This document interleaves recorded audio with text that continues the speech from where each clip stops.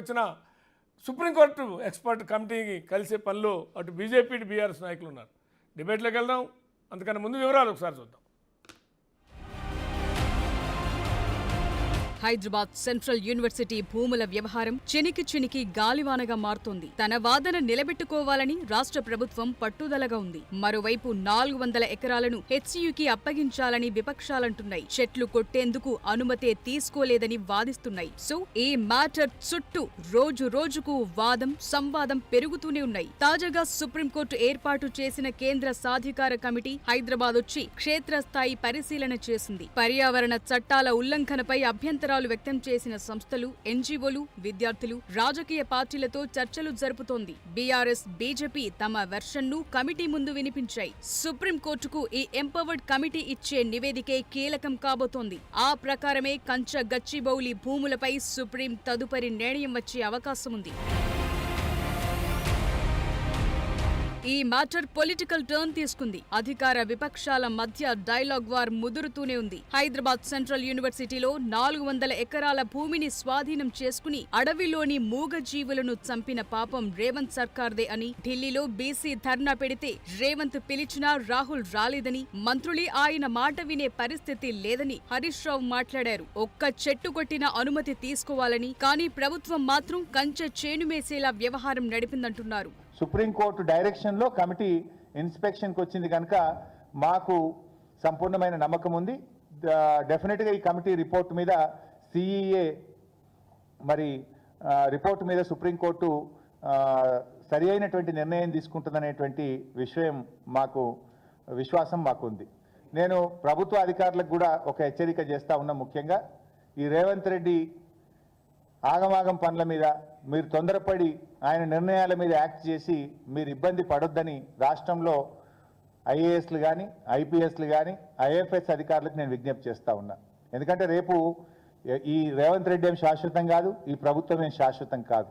చావి రంజన్ అనే IAS ఆఫీసర్కు 2016లో jail శిక్ష పడ్డది.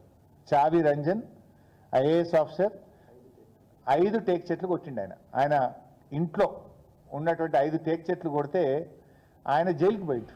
మరోవైపు హరీష్ రావు కామెంట్లకు కాంగ్రెస్ ఎంపీ చామల ఘాటు కౌంటర్ ఇచ్చారు. బీఆర్ఎస్ పడగొట్టిన రాష్ట్రాన్ని రేవంత్ రెడ్డి నిలబెట్టారన్నారు. బీఆర్ఎస్ పార్టీలో అసలు హరీష్ రావు పరిస్థితేంటో ఆయనకే తెలియదన్నారు. మామకు వారసున్నని పగటి కలలు కంటున్నాడని, బీఆర్ఎస్ పోస్టర్లలో అసలు హరీష్ రావు ఫోటోనే లేదన్నారు. రాష్ట్రంలో వాస్తవ పరిస్థితిని కళ్లుండి చూడలేకుండా, చెవులుండి వినలేకుండా ఉన్నారని ఫైర్ అయ్యారు.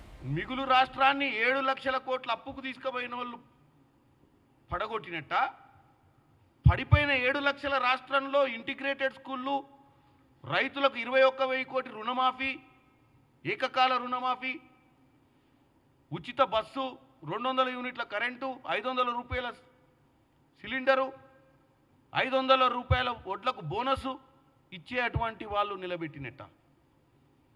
కాబట్టి మీరు మాట్లాడితే ప్రతిసారి ఎవరినో ఆకట్టుకోవాలని, మీరు మీ పరిస్థితిని మీరు మీ పార్టీలో పదిలంగా దాన్ని చెక్కు చెదరకుండా కాపాడుకునే ప్రయత్నం చేయాలని మాట్లాడుతున్నారు తప్ప తెలంగాణ ప్రజలు ఏమనుకుంటారని కూడా ఆలోచన లేదు. ఏదొస్తే అది మాట్లాడటానికి ప్రయత్నం చేస్తారు. మరోవైపు హెచ్సియు భూముల వ్యవహారం వెనుక కేటీఆర్ ఉన్నాడని అనుమానముందని డీజేఎల్పీ నేత మహేశ్వర్ రెడ్డి అంటున్నారు. అంతేకాదు హెచ్సియులో రాహుల్ గాంధీ మీటింగ్ పెట్టే దమ్ముందా అని ప్రశ్నిస్తోన్న పరిస్థితి. అయ్యో తప్పితే కొడుకు, కొడుకు తప్పితే బామ్మర్ది, వీళ్ళే కదా ప్రభుత్వాన్ని ఏలింది. ఏం చేసిరు 10 ఏళ్ళు? ఎన్నో రాసిండు కలెక్టర్ ఉత్తరం, ఏం చూపించారు టీఆర్ఎస్ ఆఫీసులో? 2012లో అప్పటి కలెక్టర్ ఒక ఉత్తరం సీసీఎల్ఏకి రాసిండని చూపించారు.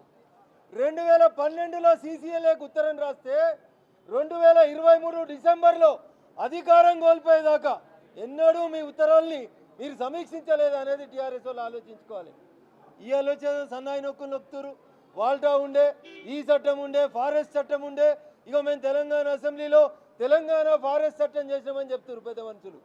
మరి తెలంగాణలో తెలంగాణ ఫారెస్ట్ యాక్ట్ చేసిన మీరు సెంట్రల్ యూనివర్సిటీలో టీఎన్జిఓ కాలనీకి 18 ఎకరాల భూమి తీసుకొని రోడేసిన రోజు ఈ బామర్దులు 2 మంత్రులు ఉన్నారు. ఏం చేసిరు ఆ రోజు అనేది ఒకసారి ఆలోచించాలి. సో కంచ గచ్చిబౌలి భూముల మ్యాటర్ చుట్టూ రాజకీయం ఇంకాస్త వేడెక్కింది. ఇది ఎక్కడికి దారి తీస్తుందన్నది కీలకంగా మారింది.